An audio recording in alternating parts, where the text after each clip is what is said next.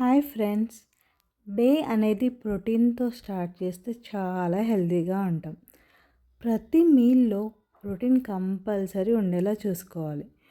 అందుకని నేను ఈరోజు బ్రేక్ఫాస్ట్కి బాయిల్డ్ ఎగ్స్ చేద్దాం అనుకున్నాను. కానీ ఎందుకైనా ఒకసారి ఎగ్స్ని వాటర్ టెస్ట్ చేస్తే బెటర్ అని యాక్చువల్లీ మేము ఎగ్స్ ఇన్స్టామార్ట్లో ఆర్డర్ చేసినాం. కానీ ఫ్రిడ్జ్లో స్టోర్ చేయడం మర్చిపోయాము. తర్వాత ఒక 1 వీక్కి అలా ఫ్రిడ్జ్లో పెట్టేసాము. కానీ ఎంతైనా డౌట్ ఉంటుంది కదా, అవి బాగున్నాయో లేవో అని. సో అందుకని ఎగ్స్ని వాటర్ బౌల్లో వేసి టెస్ట్ చేశాను. Almost all eggs పాడైపోయాయండి.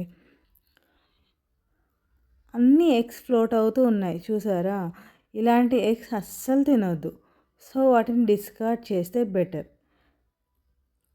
మీరు చూస్తున్నట్టు బౌల్లో 2 ఎగ్స్ మాత్రమే సింక్ అయ్యాయి. అవి కూడా స్ట్రెయిట్ అండ్ అప్రైట్ ఉన్నాయి. అలా ఉంటే ఏంటిదంటే అవి వెంటనే యూస్ చేయొచ్చు అని.